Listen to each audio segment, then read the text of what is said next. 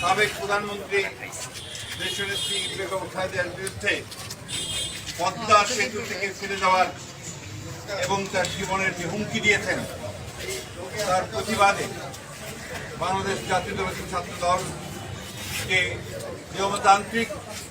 গণতান্ত্রিক অধিকার অনুযায়ী যে প্রতিবাদ সভা প্রতিবাদ মিছিল আজকে তারা ঢাকা বিশ্ববিদ্যালয়ে গিয়েছিল এবং শহীদ মিনারে তাদের শান্তিপূর্ণ কর্মসূচির উপরে আওয়ামী সন্ত্রাসীদের যে ভয়াবহ মারাত্মক আক্রমণ এবং সন্ত্রাস, যার ফলে ছাত্রদলের শতাধিক নেতা কর্মী আহত হয়েছে এবং তাদের নেতৃস্থানীয় ছাত্রদলের নেতৃবর্গ তারা মারাত্মকভাবে আহত হয়ে আজকে হাসপাতাল করতে অনেকেই ভর্তি হয়েছে।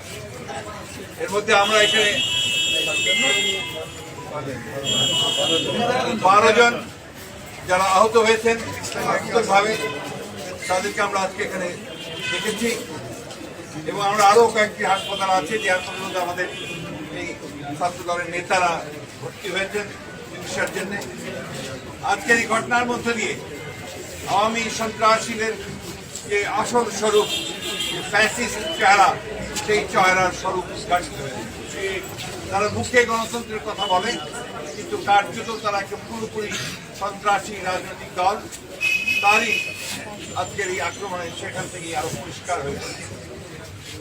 দেশ যখন এই ফ্যাসিস্ট সরকারের বিরুদ্ধে, তাদের জনগণ যখন এই দ্রব্যমূল্য বৃদ্ধি, তাদের মৌলিক অধিকার হরণ এবং সন্ত্রাস দুর্নীতির বিরুদ্ধে জেগে উঠছে, ছাত্ররা যখন এই অন্যায়ের বিরুদ্ধে প্রতিবাদ করছে, জনগণ যখন প্রতিবাদের সোচ্চার হয়েছে, তখন এই সন্ত্রাসীদের আক্রমণ আজকে আরেকটি যে উদাহরণ সৃষ্টি করলো যে আসলে এই আওয়ামী লীগ হচ্ছে সম্পূর্ণভাবে একটি সন্ত্রাসী দল এবং এরা যতক্ষণ এই জোর করে ক্ষমতায় থাকবে বাংলাদেশের কোনো রকম এই গণতন্ত্রকে প্রতিষ্ঠা করা সম্ভব হবে না।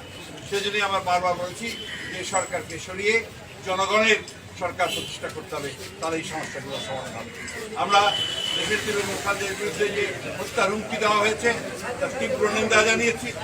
একই সঙ্গে আমরা মনে করি এই হত্যার হুমকি আসলে দেশের মুখ্যমন্ত্রীর জীবনের প্রতি হুমকি, গণতন্ত্রের আমরা এর তীব্র নিন্দা জানাই, ধিক্কার জানাই এবং ছাত্র দলের নেতাদেরকে যারা আক্রমণ করতে আহত করেছে তাদেরকে গ্রেপ্তার করে তাদেরকে অবিলম্বে আইনের আওতায় নিয়ে আসার জন্য জোর দাবি।